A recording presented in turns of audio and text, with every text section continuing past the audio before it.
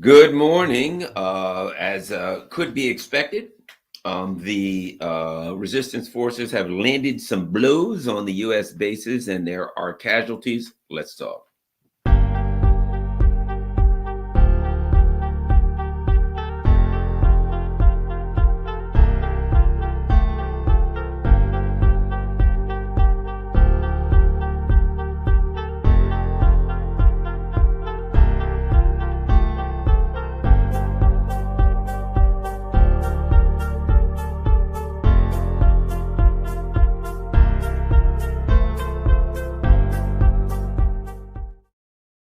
Hello, Garland here, and I think I think my mic is working. When somebody says Garland is right, and Kingdom of Jordan confirmed the attacks actually happened in Syria. Let's start right there. So, in case for those of you who have been asleep here recently, what happened? Well, the resistance forces have been in West Asia, formerly known as the Middle East, right, have been attacking U.S. bases. Basically, they've been drones, missiles, things of that nature. And if you've been following my channel, let's face it. I'm not like Nostradamus here. I've been saying sooner or later they're going to hit a barracks, they're going to hit a sleeping quarters, they're going to hit something, and there will be significant casualties. It was obvious if you keep throwing munitions in an area where people are, sooner or later you're going to hit some of them. And of course, my thoughts were, well, okay, as in this instance, 3 soldiers die. So now you're going to take an action that causes 30,000 to die. Let's see what irrational and absurd the U.S. empire is. So let's start here, and this is critical. This is critical. Let's start with, we're going to do some news today. Okay. Jordan says U.S. attack base is located in Syria, according to Jordanian Minister of Government Communications, Mohammed, whatever the hell, I don't know his last name. The base is no disrespect to dear Mohammed. The base is located in Syria's Al-Tanf area near the border with Jordan. Jordan has refuted U.S. President Joe Biden's statement that U.S. forces were attacked in Jordan's territory. The U.S. military base that came under attack is located outside of Jordan, okay, according to their Minister of Government Communications guy. The base is located in Syria's Al-Tanf area near the border with Jordan. CENTCOM said earlier that it had been in Jordan. Now let's talk about this. Here's something. There are times when a person tells on himself, right? Just gives it away. This is one of them. What do we talk about here online? What do those of us in the alternative media talk about when we discuss U.S. bases in Syria? That they're illegal, that they're bases of occupation. The U.S. What did Donald Trump say? Donald Trump said, "We're in Syria for the oil. We're taking the oil. We like oil," right? Which, might I add, I am hoping that sometime soon the Syrian government or representatives thereof, it doesn't have to be Syria, maybe Russia will do it, maybe somebody will do it, whoever will go, one of the BRICS members will go to Iran, would be good, to the UN, to the ICJ, and file a complaint against the United States for its illegal occupation of Syria. It is illegal. The United States, and they got evidence, because Donald Trump said, we're there for the oil, we're stealing the oil, taking the oil. So they go in, they file a complaint that the U.S. is illegally occupying Syria and stealing the oil. And because what we have now is the U.S. narratives and lies, but now we have the ICJ. It's a place where people can go for a quality discussion using empirical data and facts. So I'm hoping countries start going there, because this is an illegal occupation. So the U.S. is in a jam. Joe Biden came out and said, Jordan, that to me is evidence that he knows that they're illegal in Syria. Of course he knows. And that they're trying to hide it and cover it up. Because what they're saying is this, basically, holy crap, we're illegally occupying Syria.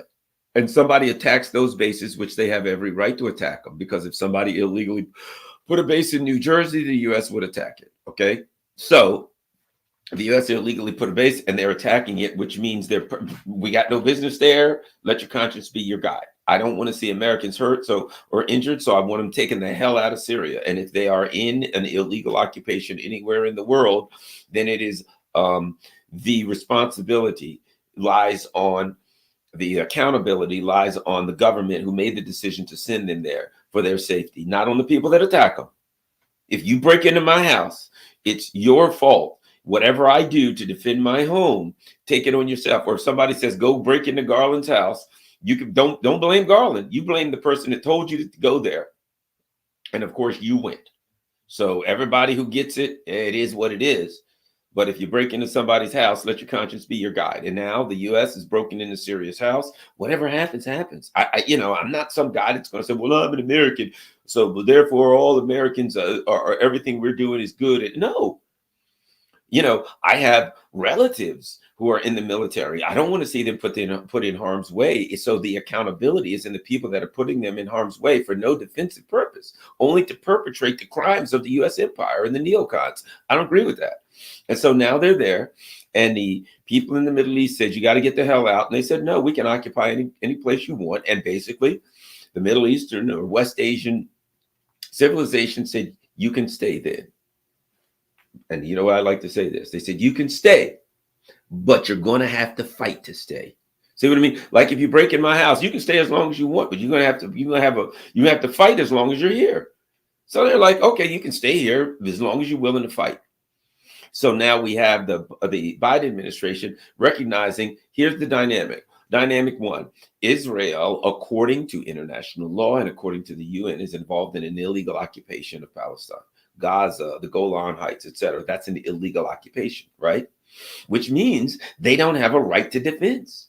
But the occupied people have a right to take up arms to try to expel the those who are occupying their land. So according to international law, notwithstanding that if any civilians are killed or any war crimes are committed or any atrocities occur in the course of any military conflict, there are those things are addressed under international law, and that doesn't take away the right of the occupied to resist occupation. It simply means if during the course of resisting occupation, they violate international law, they potentially could be held accountable. But there are some issues there in that the ICJ oftentimes in places like that, like the ICJ has jurisdiction over the United Nations and over over recognized governments, over governments for the most part, but over a non-state actor, there's a whole different, there are a lot of questions there. It doesn't appear that the ICJ has authority over non-state actors. At any rate, you see where I'm going with this. The same thing that's going on in Palestine is the same thing that's going on in Syria. The U.S. is illegal occupying Syria under international law, and therefore the Syrians or whoever they designate, whoever they decide is working along with them, has a legal right to resist that illegal occupation. So now what has happened? They kept throwing stuff at the bases, and finally they hit. And last I heard, there was 3 dead and 34 wounded. Now let's add that to the other. Last week there were 2 Navy SEALs, I think. Now what we were told was they were boarding an Iranian freighter with weapons going to Yemen or something like that, right? Which doesn't even make sense. And they were boarding an Iranian freighter loaded with weapons going to Yemen, and they fell in the sea. Well, who believes that? Because you know what? Okay, so that means that the U.S. had happened upon an Iranian ship loaded with weapons to go to Yemen. Well, if they put Navy SEALs on board and they knew that, then that would mean that they grabbed the ship, they took the ship. But there's no report of the U.S. capturing the ship, right? So they were getting on a ship loaded with weapons, going to Yemen, and they fell in the sea and died. But there's no record, there's no mention, there's nothing of the U.S. taking an Iranian ship loaded with. What did they do? Hey, there's an Iranian ship loaded with weapons. Oh, 2 guys fell off. What should we do now? Just let them keep going. Hell with it. Do anybody believe that's what the U.S. would do? No. In other words, it was a lie. It was all a lie. Those guys died fighting. They might have been two guys in an airplane or helicopter who were shot down. They may have been on the ground doing recon for targets and they got lit up. Any kind of thing could have happened. But I do not believe the official story because it's always a freaking lie, most of the time anyway. So that's admitted. Oh, wait a minute. A few weeks back, a helicopter went down in that area and killed several people. So bottom line is, you know as well as I do that we're not getting the full body count, but we're starting to see the body bags come home with American soldiers in it from the Israeli conflict. What did we say many times? Who wants to see a bunch of Americans dying for Israel? That's what we're seeing now. We're seeing Joe Biden has dragged us to the point where Americans are coming home in coffins for a bunch of genocidal savages, because that's all the Israeli government is to me, is genocidal savages. What they're doing is savage, and what they're doing is genocide. So now, people who were going in the military to protect their country, protect America, protect freedom and liberty and all these things that we would love to have, but we really got none of them, right? We got no freedom. We got no liberty. You believe, or say something on YouTube and watch your freedom and liberty that they don't like, or post something on X that they don't like. Go try to protest against the wrong thing and watch yourself get arrested, and a bunch of feds, show up and try to coerce you into doing something you could be arrested for, right? You're free. That's where your freedoms or liberties are out the window. So the truth is, our soldiers are fighting for an imperial, neocon, brutal, genocidal ideology that most Americans do not even agree with. Now, there are some stupid people who are out there, yeah, we got to go attack this country, attack that country, take this country, but they ain't looking back home where they do nothing for us, where everything's collapsing, homeless people all over the place. They won't do anything to deal with the homelessness, the poverty, etc. Everything's crashing. The banks are doing the usual stuff, right? So here we are. We're supposed to be angry. I saw where Lindsey Graham and John Cornyn both have tweeted, strike Iran, hit Iran hard, Iran's the target. Oh, really? Just that easy. Just that easy. We have a military that can't defeat the Houthis. We can't defeat a bunch of guys who really aren't very heavily armed. They're not very heavily armed. They don't have the latest in military. They got some drones. They got some missiles. They don't have a lot, but what they got is a lot of heart. They got a lot of spine, and they stand for something. And they're pushing back against genocide. So, hey, great for them. But the U.S. Recently put together this operation where the Bab el-Mandab Strait that is closed, they're going to take some ships. They're going to go right up the strait. They're going to show they can do it. They're going to bring in some freighters, right? They're going to go right up there. They go up there to get in a 2-hour battle with Ansar Allah, with the Yemeni fighters, firing back and forth. They get their ass run out of there. They couldn't pull it off, right? So here's my point. You can't win a naval battle with the Houthis. You're going to go against Iran. They're going to close down the Bab. And if these lunatics attack Iran, number one, they're going to close down the Bab al-Mandab Strait in the Red Sea. That's done. Game over. Forget it. You can't do it with the Houthis. What do you think you're going to do if Iran steps in? A real power. Number two, they're going to close the Straits of Hormuz. 30% of the oil in the world goes through the Straits of Hormuz. It comes out of Saudi Arabia, comes out of Kuwait, comes out of Iraq, comes out of the UAE. All of that oil comes through the Straits. UAE, think about it. Qatar, everything is coming out of Qatar. Oil and mostly gas. All that's coming through the UAE. Coming through the Straits of Hormuz. So now, the Bab el-Mandab Strait is crapped out. Straits of Hormuz, forget that. That's done. And what is the U.S. empire going to do when all of that oil is stopped from coming out? What are they going to do? Now, it wouldn't shock me if the Iranians say, here's what we're going to do. We're going to close the Straits of Hormuz, but like Yemen, selectively.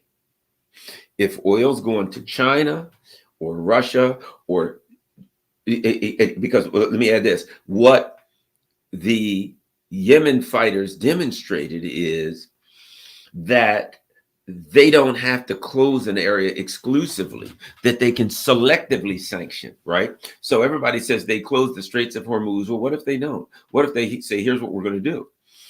If you're going to Russia, if you're going to China, if you're going to, I don't know, Venezuela or something, South America, if you're going to Africa, if you're going to selected countries, our allies, you can go all the oil you want, all you go gas, whatever you want through the Straits of Hormuz. If you're going to Europe, if you're going to US, you can't go through. And we can't stop them. And we've seen that. See, what everybody thought in the past was if Iran closes the Straits of Hormuz, everybody's screwed, China's screwed, whatever. What Iran says, nah, we ain't going that route. This is specific sanctions. US, you and Europe are sanctioned. Now, US hits Iran, attacks Iran, right? Number one, you're gonna send some ships, you're gonna send some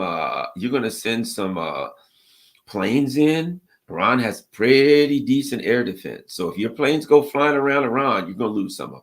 Now, number one. Number two, your planes all over, your ships all over creation, Mediterranean and all over the place, are within missile range of Iran. The Red Sea, all of them. So what if you attack Iran and Iran says, okay, if it's war, it's war. If it's play, it's play. And Iran here's where you're gambling. Iran has the potential, has the military ability to let loose. They have the ability to sink American ships. They have the ability right now to flatten every US base. So if you attack Iran right now, you are taking the chance that you lose every base in the Middle East. I'm not saying Iran would do it. I'm not saying Iran wouldn't do it. But Iran has the capability to do it. What if you say, okay, that's it. We're launching some massive strike on Iran, and Iran says, okay, we're launching a massive strike on you. We told you to leave the region. You don't want to leave the region, and you want to attack us. Here's what we're going to do. We're going to hit every one of your base with massive missile barrage.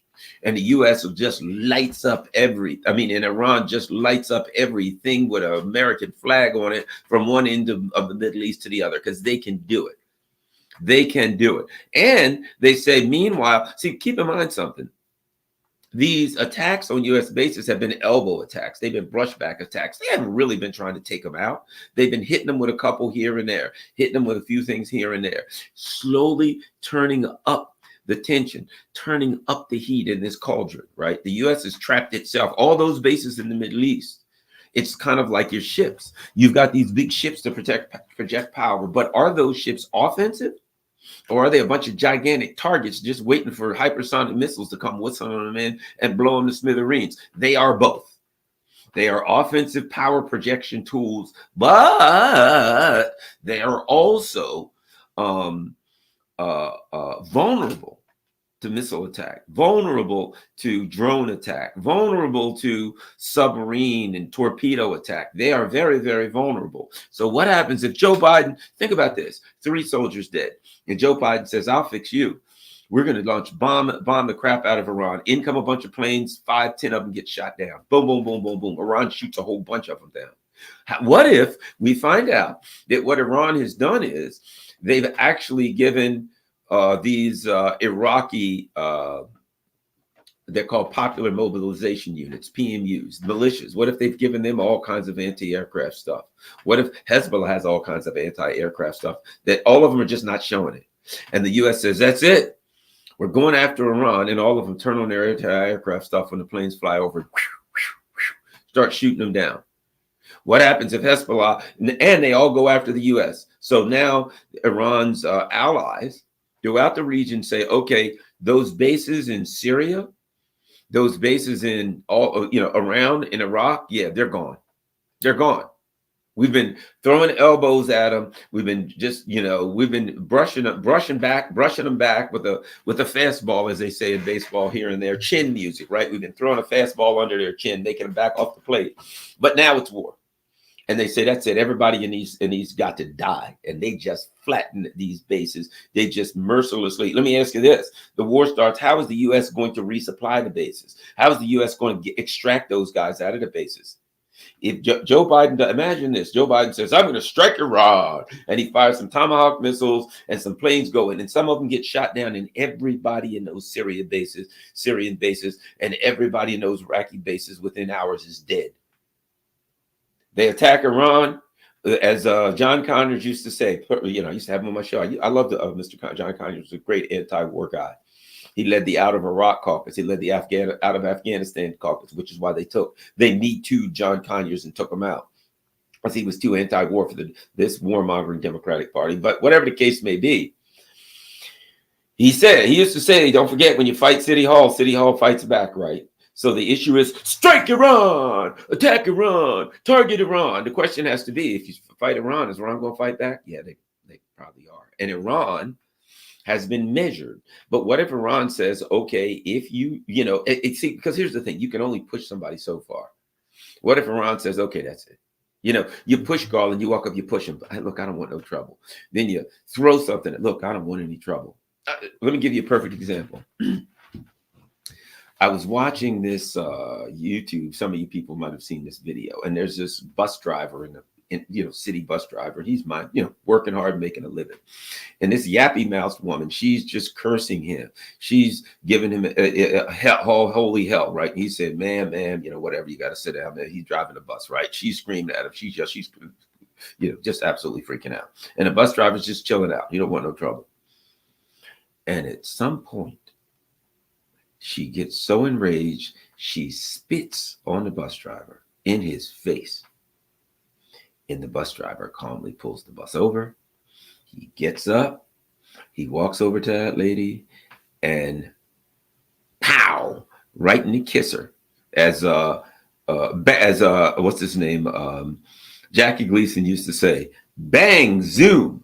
Now I watched that and I said, I don't approve of hitting a woman. I was brought up differently than that. And blah, blah, blah.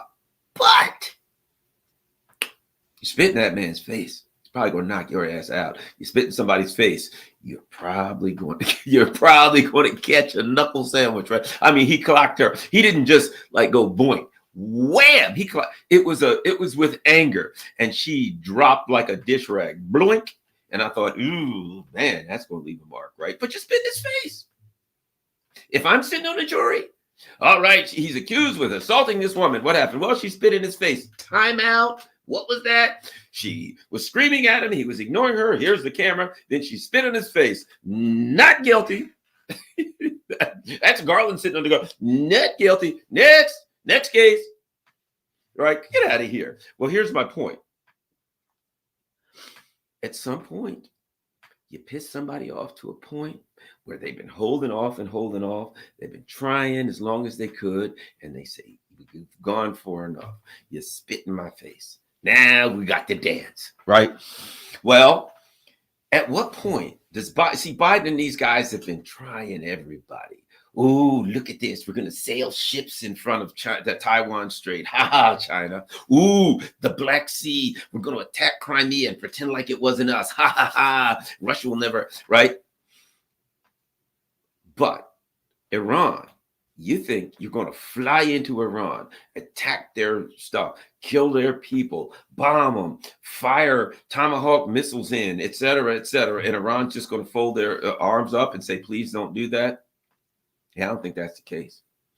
I think if the U.S. does that, they're asking for it. And what they're really asking for is a civilizational world war.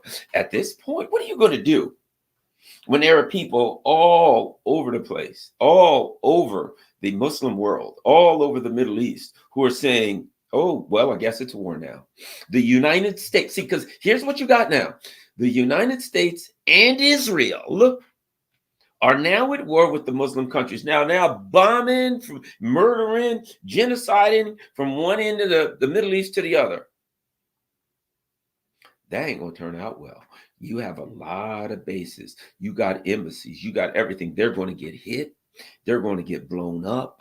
They're going to get incinerated. People, they may drag the Americans out of their embassies and hang them. Literally, they may drag Americans out of their embassies and hang them.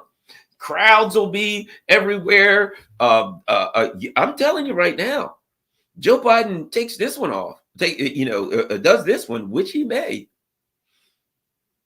They ain't going to be pretty. And let me ask you this. Okay. So Joe Biden and et al. Says, we're going to attack Iran. So they attack Iran and Iran hits them back. Wham! What are they going to say? We're going to go into war now. We're going to mobilize the United States. We're going to have a draft. How do you think that's going to work out? A bunch of neocon maniacs, the people that they would draft, the people that they would say, okay, let's go fight on behalf of Israel, are young people that are damn in the streets right now, that are in the streets saying, no war for oil, stop the genocide. You're going to mobilize and draft those people. People are saying, I've had people say to me, I'm just not paying my student loans. I don't give a crap about them. Who cares? So you got a bunch of people that you promised that you were going to do something about their student loans. You've done nothing, and you never will. You promised to do something about health care, you'll do this and that. Joe Biden did nothing about nothing. A bunch of people, young people who feel victimized by the U.S. government, who have been, and you know what? I was going to say, you know why they feel victimized by the U.S. government? Because they have been victimized by the U.S. government. Victimized. They go to school. The Chicago teachers a year or so ago were on strike. You know why they were on strike? Because the heating and air conditioning in their schools wasn't working. They didn't have proper books. So you got a bunch of people who, both them and their children in school, they don't even have proper books, and they're either freezing to death or burning up. You have a school system that doesn't even have decent heating and air conditioning. A crime problem, which I call crimes of despair, because your country's falling apart, poverty. Let me tell you about the crime problem. You know what they're stealing? Baby food. Let me tell you something. When people are stealing baby food, yeah, that ain't just like some bad, evil guy who wants to go out. What do you think? They're selling it on the black market for crack? No, they're actually using it to feed babies because they don't have any money to buy it. Joe Biden, thanks to your crazy neoliberal policies that have taken this economy apart. Young people, they're in debt up to their ass.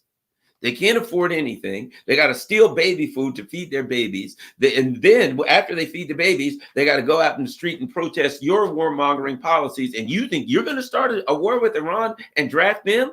I'm kind of betting that ain't going to work out real well. And what are you going to do when 1 million young people, hundreds and hundreds of thousands of young people say, no, I ain't going. You can put me in jail if you want to. Do you have jails big enough? The United States doesn't have enough jail space. They don't have enough courts to adjudicate the cases of the hundreds of thousands, if not millions of young people that'll say, I'd rather cut both of my arms and legs off than I would go fight for Israel.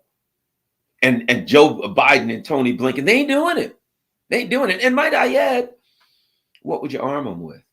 We're out of armament. You're going to go to war with Iran. Let's say you get in a war with Iran. A week later, you're out of everything. Everything. Oh, well, boy, we're going to war with Iran. You fire all their missiles on what's today? Monday, Tuesday. All right, Iran fires back. All right, return fire. We can't return fire, sir. Why? We're out of ammo. All right. Well, call headquarters. Tell us to reel up some more missiles and ammo so we can return fire. All right, talk to headquarters. What did they say? It's on order. Oh, okay. How long before we get the missiles to return fire? They're hoping to have it by at least something by May. Right now, there's no guarantee. If they don't get it by May, because they're a little short of gunpowder, they don't have the amount of steel that they need. Brass is a little short on the market right now, so they're looking at hopefully May, if not the following May. So if you could be so kind as to stand by for a little while, at some point, we'll get some more ammo. That's what a U.S. war looks like. That's what a U.S. war looks like. Meanwhile, they're threatening Ukraine, Russia. We've got to be ready to fight Russia any day now. What about China? We're going to go through the Taiwan Straits and demonstrate that we can do whatever we want. China has to know that we're the power. If they attack Iran, our ass is grass. Our oil will be cut off. Our economy will be crashed. And if Iran so chooses, it can pretty much end our base occupation in the Middle East at that point. And what happens? All your bases get blown up in the Middle East. Do we even have the money to rebuild them? And Americans are going to be like, oh God, what Congress is going to be like? Okay, we need money to rebuild the bases in the Middle East. How much? $400 billion. Do you think Americans are going to be, let's see, you started a war and now you're spending all my money on war. Now the bases got blown up. Now you're spending even more money on bases. Americans are getting sick and tired of being sick and tired. And that's where we are. I'm going to look at the news. Here's an interesting one also. And I think it's related, really. It is related. Let's look at this. You're not going to believe this one. This is related. Pelosi faces criticism for suggesting some pro-Palestinian protesters are connected to Russia. We have to think about what we're doing, and what we have to do is try to stop the suffering in Gaza. But for them to call for a ceasefire is Mr. Putin's message. Make no mistake, she said on Sunday CNN State of the Union, referring to Russian President Vladimir Putin. Make no mistake, this is directly connected to what he would like to see.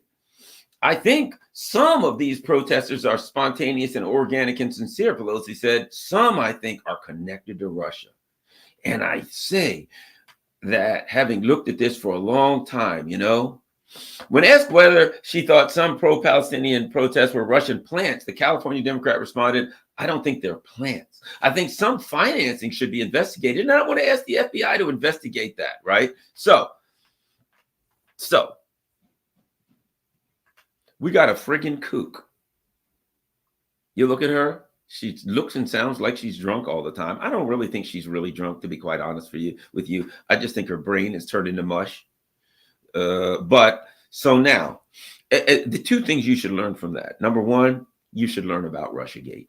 You should learn about Russiagate. You should learn about this whole anti-Russia crap, right? Because it's become like this. And Nancy Pelosi gave away the game a while back when she said, all roads lead to Putin. In other words, no matter what happens, it's Putin. Hey, Nancy Pelosi, the car is going to be late to get you. Apparently, the driver hit a patch of ice and slid into another vehicle and had a fender bender. Really? I bet you that other car was driven by Putin. Or maybe he paid off this driver. Or maybe Putin had his evil minions come squirt water on the road so there'd be a patch of ice so that car would slide into another one. I bet it's Putin. And we better investigate Putin as to who the rental car place is, because Putin might be involved. No matter what. Hey, Nancy, we got a call from Domino's. That pizza that you ordered, they said it's going to be 20 minutes late. Oh, Putin's involved with Domino's too, is he? I should have known that. Pizza stealing son of a bitch. I knew it. It's pizzas all the way down. Putin just knows that all he has to do is interrupt the flow of pizzas in the United States and everything will fall apart. It has become, American politics have become a farce. Things are falling apart. There is no legitimacy. Dr. Montero talked about the crisis of legitimacy. There is no legitimacy amongst the ruling elite. Anytime, everything they don't like the people that are protesting. Here's the thing about it. Here's the way I look at it. If Putin was behind the protest, that would make him a good guy. Hey, Putin's a terrible guy. Why? Because he wants people to protest a genocide. What is he doing? He's saying, stop the genocide. He's funding a protest movement to stop the genocide. Oh my God, what an evil bastard. Putin is trying to stop the genocide. I guess we have to go straight to nuclear war. Let's go straight up the force continuum. Let's go to nuclear war. All human beings must die immediately if he thinks we're going to stop a war of genocide on a bunch of innocent civilians. I mean, if you really get down to what she's saying Putin wants to stop a genocide and he's paying. Well, first of all, we know it's preposterous, but we can learn from the fact that Nancy Pelosi doesn't see that we have a ruling class that thinks it's credible, reasonable, to claim that protests against genocide couldn't possibly be, well, maybe some of them are organic or whatever, but we need to check the funding. Maybe Putin sending rubles. I bet you they bought all those signs with rubles. I guarantee you, it's rubles all the way down. But the rubles spending sons of bitches. Putin is trying to stop a genocide, which is evil. And they're buying abandoned Biden signs with rubles. And that is a crime that cannot be accepted. That's our leadership. That's the crisis we face. There's like something's going on the Texas border with immigration. The country is damn near in the midst of a civil war. States are ready to secede from the union. I mean, I would think if I was a member of the ruling class, then I might try to tighten things up in the United States just a bit. Then I might say, you know, my country is starting to come unglued. The wheels are coming off the cart here. And we got damn near a civil war on the border. Perhaps we need to sit down, talk to the people who run those states in an intellectual manner, come up with a plan that we can all work on. And perhaps we need to look at our foreign policy that has destabilized the entire Latin American region, and that is creating a dynamic where where our foreign policy is showing up at the border and we don't know what to do with it. But perhaps we need to have a discussion of how we're going to deal with the border crisis rather than a civil war. No. You know why? In fact, I'm sure if Nancy Pelosi heard me say, you know, perhaps the Republicans and Democrats, perhaps the state and federal government needs to sit down and say, rather than just fight and battle it out all the time, we have a problem on our southern border. We need to figure out how we're going to address it. I guarantee you this. If Nancy Pelosi heard me say that, she'd say, we need to check Garland's. I bet Vladimir Putin's behind his plan for unity to deal with a national a crisis. Look, here's the reality. In the last 3 years, we've averaged 2 million people a year coming across the border. That's not sustainable. It has to be dealt with. I'm not saying do good, bad, or indifferent. I'm just saying within the confines of international law, within the confines of US law, it has to be dealt with. It has to be addressed. But the truth is this, Biden's not addressing it. Why? You're seeing what happens when neocons get in charge. They're fascists. The only thing they care about is expanding foreign policy. War here. Can we send nuclear weapons over there? Can we threaten this country over here? They don't even, the Biden administration is interesting about this. They don't even really acknowledge the existence of the rest of us, of the people here, right? Of the problems we may have, be it homelessness, disease, Disease X. I'm sure they're going to acknowledge that because they're like handing it. They're going to try to hand it out like candy. Hey, Disease X for you, and you. Oh, we got a lockdown. Disease X has showed up now. How do you know Disease X is here? Because we just handed it out to everybody. That's how we know. Right? We got issues. We got Disease X, for God's sake. Oh, we don't really, but you get my point. But we got border issues that, look, it is a crisis. It is a crisis. We need to talk about border issues in depth, what we're going to do at the border and what we're going to do. Look, if you got a headache, taking an Advil is good, Excedrin or whatever the hell it may help, or whatever you can do. You may be able to squeeze your temples or God only knows what, right? Drink caffeine, that helps for some people. But you want to find out whether you got a bursted blood vessel or a brain clot or a tumor in your brain, right? You want to deal with the symptoms, but you want to find out and deal with and address the problem, right? Immigration is the symptoms. That ain't the problem. The problem is we're destabilizing the whole damn region and impoverishing and overthrowing the governments, and all the damn people show up on our borders. So perhaps we could do take a holistic approach to the border, where we say we're going to have to secure the border. We're going to have to work with the Mexican government. We're going to have to figure out what we're going to do. Maybe refugee camps. I don't know. I'm just throwing it. I have no idea. But to sit down with the parties involved and have an honest answer. Let's be honest about Texas. What are they going to do with a couple million people a year coming across the damn border? We see New York and Chicago, the sanctuary cities, saying they can't deal with it. Of course, Texas can't deal with it. It's getting kind of hectic on them. So, of course, they're freaking out. Instead of just attacking them, sit down with them and try to work out a deal. That ain't what Biden's trying to do.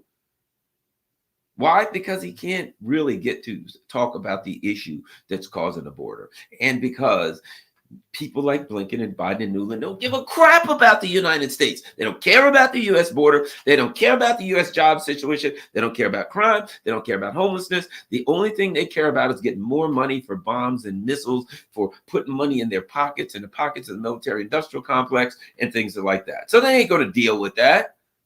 And are we going to sit back and support it? I don't know. It looks like the Americans are still going to sit around. Oh, well, we got an election coming up. No, you don't. You have the illusion of election coming up. You don't have a real election coming up. Now, let's continue. We got something here.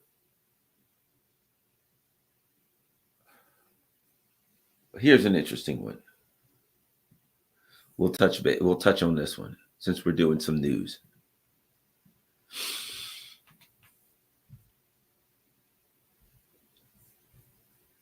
Okay. Trump planning massive tax on Chinese imports. Former President Trump has told advisors he wants to impose a 60% tariff on all imports from China if he wins this year's election. Okay, let's talk about that. A 60% tariff. What is a tariff, right? Okay, it is a tax. It is a tax. So pretty much everything on Amazon comes from China. Pretty much 97.9 million% of the stuff in Walmart, in Target, in Kohl's, and you name it, comes from China. So what Donald Trump in his anti-Chinese rant is saying is, hey, America, I got good news for you, right? Joe Biden is screwing up everything, right? And if you elect me, I'll pretty much increase the price of everything you're buying by 60%. A 60% tariff means you're paying 60% more. You know that? Think about that. That thing you bought off of, Amazon for $20. Hey, as an example, whatever, things that cost you $20. Hey, that's a nice hat. It's a fishing hat. And it says, fishermen love whatever. Fishermen are the best people, whatever. $20 hat. Love it. Bad news. It just went up to, 60%? It just went up to $32. Oh, you're working and you need to buy some tools for your garage because you own a garage that fixes cars. Hey, we got to buy $1,000 worth of tools. Bad news. Those tools are now $1,600. Really? Hey, we got to buy whatever. That's a nice bicycle. It's made in China. It's $500. Oh, bad news. It's $800 now. Donald Trump. See, it's the blindness of stupidity. And that's the ruling elite. A bunch of idiots. Biden, Trump, all of them, they are idiots. The idea that you can raise the prices of like 90% of the things by 60% and it's going to make things better. But it didn't design to make things better. See, again, it exposes Trump as a big fraud too. Because here's the bottom line. The ruling elite have decided two things. The ruling elite as a class, as a group, have decided that Trump is an existential threat to them and he must be stopped. Now, they've also decided that you're an existential threat to them and you must be stopped, as evidenced by the Davos conversation, wherein in Davos, they said the most important issue is misinformation. In other words, you being able to have a discussion about things the way you want to discuss them, right?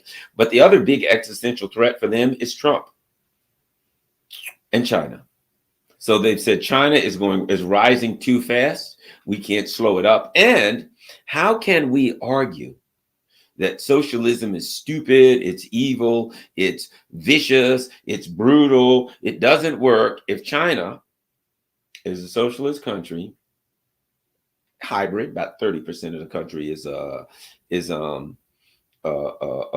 market and then is privately owned, 70% is government owned, and they significantly regulate the 30%. But how can we argue regulations don't work whatsoever, and socialism doesn't work whatsoever, and it's violent and they murder people? If China is growing much faster than us, their economy makes ours look like nothing. And they ain't attacking nobody. Oh, these communist socialists are evil. Really? What about us? Oh, we're just a kind little capitalist country. We're never heard of flee. And China's invading who? Overthrowing who? Blowing up who? Attacking who? Oh, yes, but their people don't have rights. Really? China's got a 90% approval rating. The government of China has a 90% approval rating, which makes sense because 800 million people were taken out of poverty. It only makes sense that if people were formerly in poverty, now they're not in poverty, that they kind of support the government. So the ruling elite have decided there's a socialist country that's working. We can't afford that. And it's getting faster, growing faster than us. So we won't be able to tell everybody in the world what to do anymore. Oh my God, we must do something with China. Trump's on board. Why? Because he sees himself as a member of the ruling elite. And he's like, hey, ruling elite, let's just raise the prices by 60%. We'll completely destroy the middle class then. We'll wipe them out. We'll finish the middle class off once and for all, those pesky bastards. So there's Trump. There's your savior, Donald Trump. And I keep saying, and you wonder why every 4 years I write in like the ghost of Abraham Lincoln or the ghost of Eugene Debs or something like that. I'm voting for a ghost. I ain't voting for Genocide Joe or brain dead Donald Trump, who's got this wonderful plan to stop China with a 60% tax increase on me. Hey, he's coming in to stop Joe Biden. Why? Joe Biden's going to overtax you. And what about Trump? Yeah, 60% tax increase. And let me add this. You think the ruling elite's going to pay that 60%? Hell no. They ain't paying it. They already own everything they want. They'll buy stuff in Canada. They're slick. They know how to get around those sanctions. It will be on you, not on me. A 60% increase on us. And what's the reason for that again? Here's their reason. China's economic status is increasing. China's, whatever their economic model is working. And the US says we must contain China. In other words, how can we interfere with the market? China is out there in the world economic market having success. And the US says we're all for the free market. So what are you going to do? We got to interfere with the market because China's having too much success. We can't allow that. That's the absurdity and the preposterousness of US policy. Let us continue.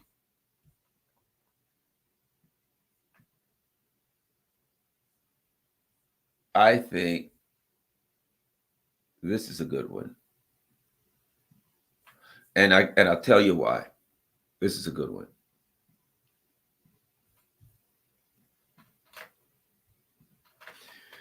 Black pastors pressure Biden to call for a ceasefire as Israel, blah, blah, blah, blah, blah. A coalition of Black faith leaders is pressuring the Biden administration to push for a ceasefire, a campaign spurred in part by their parishioners who are increasingly distressed by the suffering of Palestinians and critical of the president's response. More than 1,000 Black pastors representing hundreds of thousands of congregants nationwide have issued a demand in sit-down meetings with White House officials and through open letters, right? Well, let me say this, Black pastors, in case you didn't know. Joe Biden does not give a crap what you want. You're wasting your breath. You see, if you study Tammany Hall, the political history in the U.S., right? And what's the way the ruling elite wants it to work, right? Back then they had like the saloon keeper, right? And they go to the saloon keeper, and the saloon keeper, he was expected to deliver votes for the people in his area, right?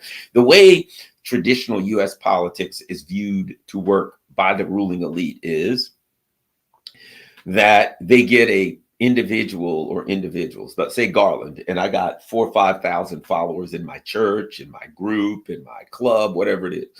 The idea is not to go to those followers to get them, but to go to the leader and say, Garland, can you deliver me those 5,000 votes? I then say, I can deliver 5,000 votes. What's in it for me? Money, women, whatever, right? We'll give you money, sex, and drugs and liquor. And then I then say, sure, sounds like a winner. I'll take all of the above, and I'll go to my people and say, you got to vote for Joe Schmuckenfield here, right? Okay, so they do. And I deliver 5,000 votes to Senator Joe Schmuckenfield. That's the way it traditionally works, right? That's the way the ruling elite sees politics. They see you as sheep being led by a shepherd, and they go to the various shepherds and deliver his flock. They'll use the term, his flock of morons. Okay, that's the way it's seen. But now the flock is coming to the pastors and saying, hey, pastor, what, man, this is some bullshit, man. They're killing all these people. This is unconscionable. And so those black pastors thinking that they got some pull. Don't worry, we'll go to Biden. He's got to listen to us because we deliver the votes. All right, Joe Biden, our parishioners ain't happy. You're going to have to reverse course. And Joe Biden's like, get the hell out. Security, these Negroes out of my office. Who the hell do they think they are? Out. The answer is no. And it's get out. I don't like you. I never liked you. I can't stand you. You and your parishioners can go straight to hell. Don't you understand that I am a Zionist? That I support Israel. I don't support you. You give me your votes, and you know what? You're going to continue to give me your votes. What do I care? Because you same black preachers, next September and October, it don't matter. I'll give you nothing. And I will call you in September and October. I'll say, I need you to deliver your flock because Trump, Trumpity, Trump.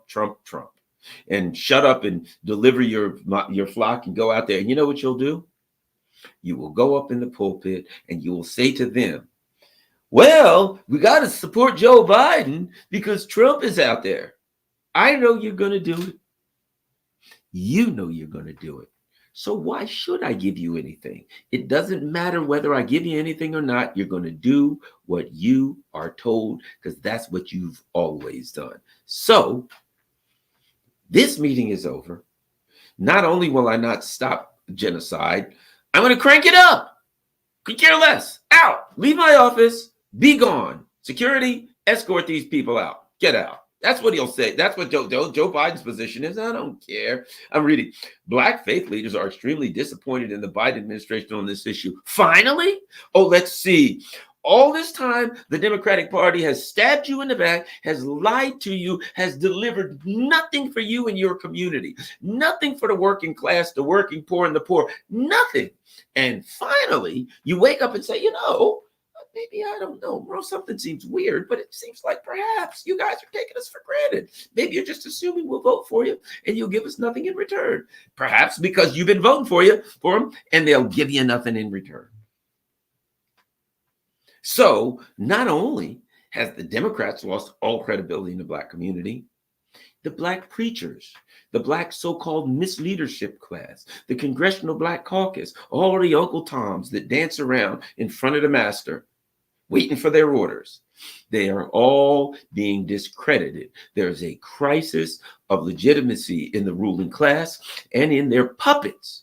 And in the comprador class, the people that go back to the unions, the union leaders that hug Joe Biden and then go back to the unions and say, we got to support Biden. And the union members who are working class people trying to own a living say, man, they're screwing us, man.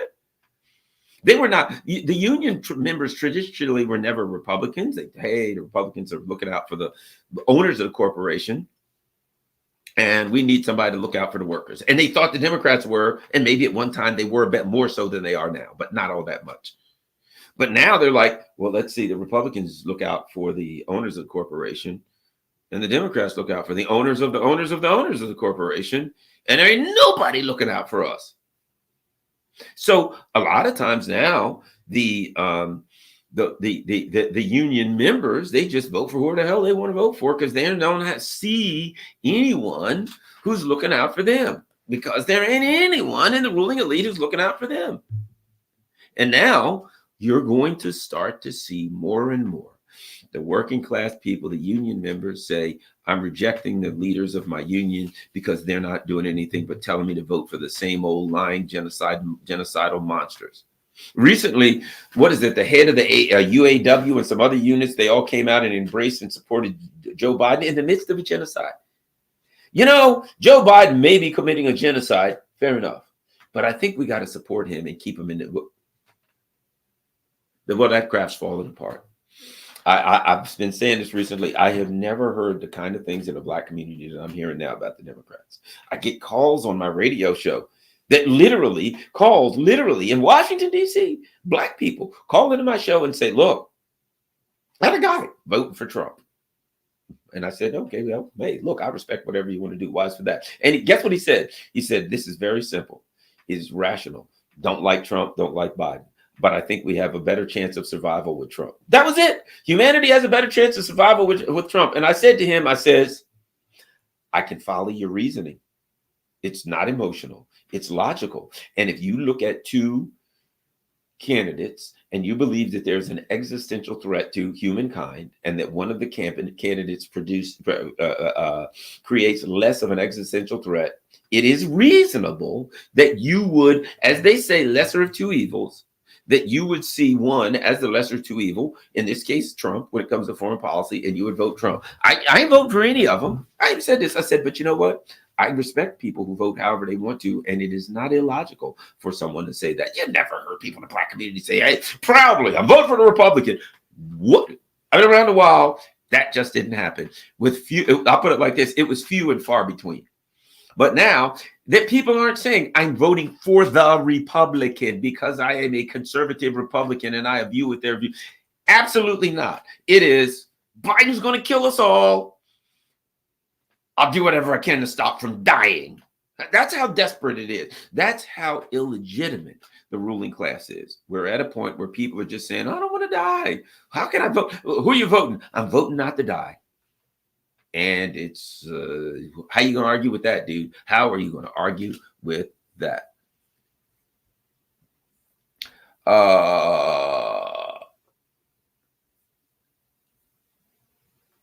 Here's one I will talk about a little bit too. Here we go. Senators call for U.S. to bomb Iran in response to drone attack in Jordan, which we now know was in Syria. Okay. Some U.S. senators are calling for direct strikes on Iran in response to the killing of 3 American troops. The only answer to these attacks, there are any other possibilities. The only answer to these attacks must be devastating military retaliation against Iran's terrorist forces, both in Iran and across the Middle East. Anything less will confirm Joe Biden is a coward unworthy of being commander-in-chief, said Senator Tom Cotton, right? So, on X, Lindsey Graham, strike targets of significance inside Iran. Hit Iran now, hit them hard. John Cornyn also took to X. Target Tehran, right? Look, these people are simply saying, let's act with reckless abandon. Let's attack a country that can hit back. See, their mindset is still in Iraq.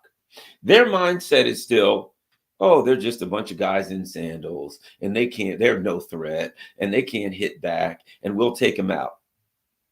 Iran is not a bunch of guys in sandals, dude. Iran is a very, very powerful military in there. And might I add, you're going to their border. See, one of the things that the U.S. empire is running into now is this. They would go and they would attack a country like Yemen, Afghanistan, Libya, whatever. They would do a massive attack on a country that did not have the technological or military ability to defend itself or to assert or to respond in an assertive military attack, right? Iran's got all that and more. Everything in the region is within Iran's touch. So you're now going up against, here's the thing about it. If the U.S. attacks Iran, right, then every American in every base in the Middle East at that point is alive as a matter of Iran's grace, as a matter of Iran's willingness to allow them to live. You're in a base in the Middle East, then you might as well look towards Iran and say, thank you, because I'm alive today. Because if Iran wants to, every base, think about this. They got some big missiles, some nasty missiles. They could put 100 of them on every U.S. base in the region. 100 missiles, just like that. They could start flying missiles into every base, giant missiles, and say, oh, yeah, we're going to start hitting your base with missiles, and we ain't going to stop until there's nothing but piles of dust there. So you're going to, hey, we got to hit Iran. That's like me saying, what are you going to do? I'm going to go punch that professional boxer who happens to be a martial artist and a UFC fighter. Really? Yeah. What do you think he's going to do in return? Oh, he probably won't beat the crap out of me. He probably won't yank my arms off and, snap my neck and, break my kneecaps, crush my thorax. He probably won't do that. He has the ability to do it, but I'm just guessing he won't. So I'm just going to go ahead and land one right on the old chin and see how that works out. Really? Well, let me tell you something. At that point, everything you got in the Middle East exists at Iran's grace. And what if Iran has no grace? What if Iran says, okay, the worst place that you could possibly fight US is in the Middle East. That's the worst place you could possibly fight because that's where all the oil comes from. And if Europe ain't getting any oil, they've stopped getting oil from Russia because Russia's evil, evil, evil, evil, evil. And if they get no oil, Europe's done. Your allies are finished. And if they are finished, if they are done, their people will rise up. After the COVID lockdowns and people were pissed and upset and stressed out over COVID, lost their jobs, all kinds of things. Now they're being deindustrialized. Farmers are in the street. They're in the street again in France. All kinds of crap is going on, right? All things are going on. They're upset. They're unhappy with the way the Ukraine, they feel like they've been had. It's turning out they feel like they've been had.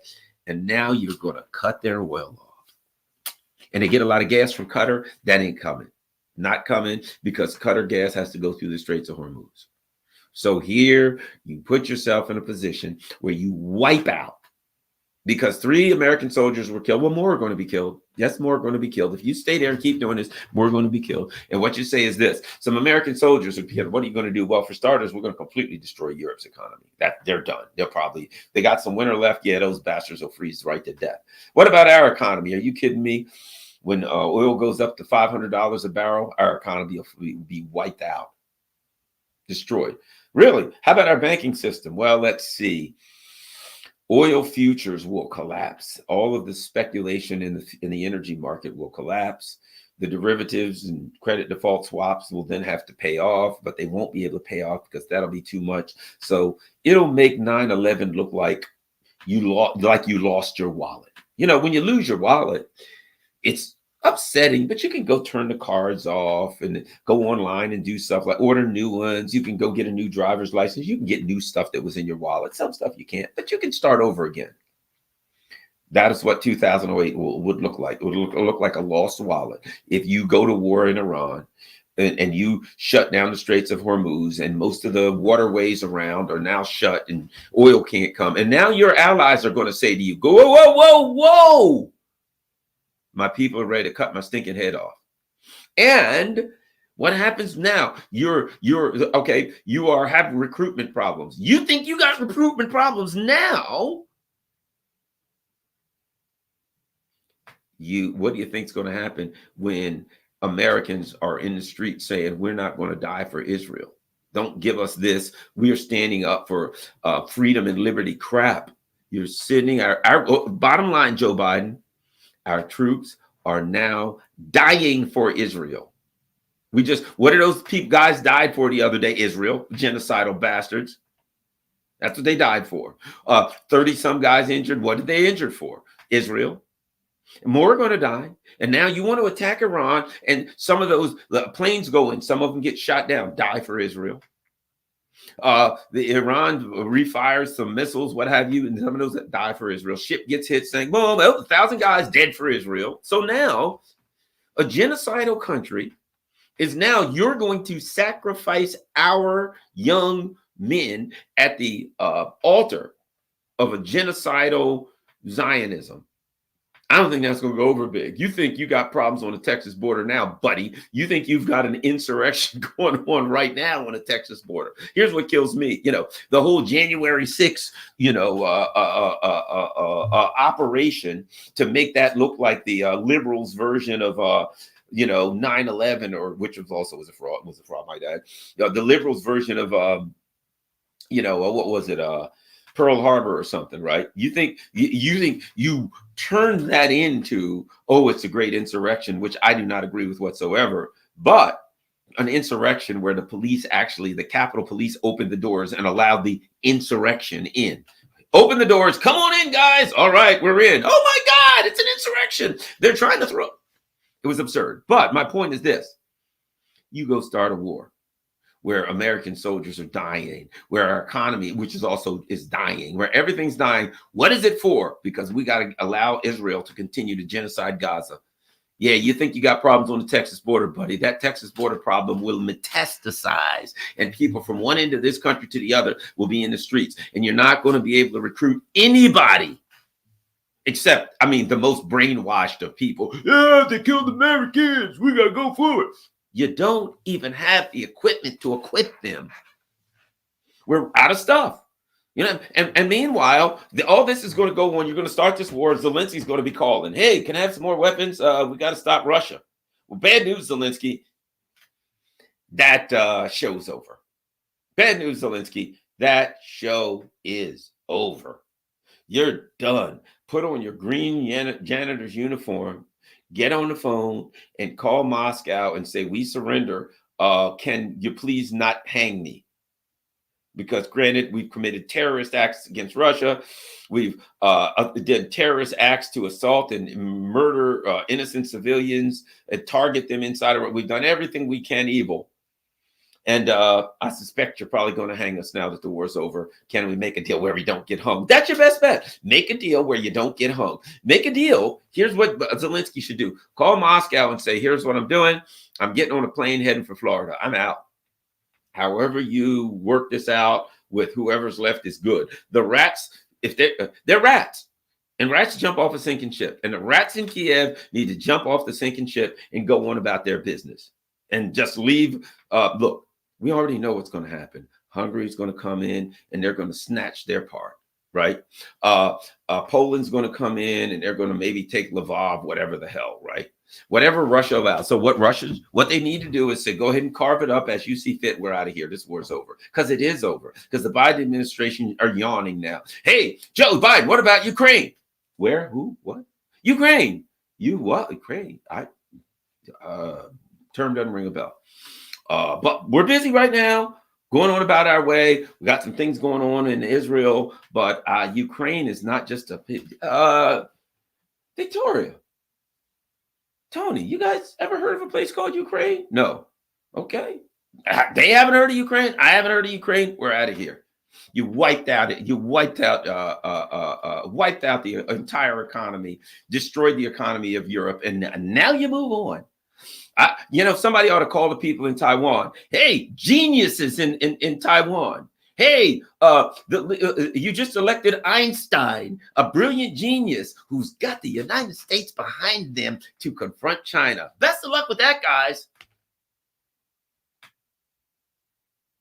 Therein lies some of the stupidest people that this earth has ever seen. I'm telling you, you look at what the Biden administration is doing in Ukraine. You look at what the Biden administration is doing in the Middle East. And you think they're going to help you out. You think, hey, what's going to happen? Well, they want democracy. And they're here to help us with democracy, and they're going to help us. We got 25 million people in our country, right? And everything, it's just a mountainous island, our island, which is the province of China. And it's mostly a mountainous island. So everything is on one shoreline, all pointing towards China. 1.4 billion people, the more industrial power than the U.S. and the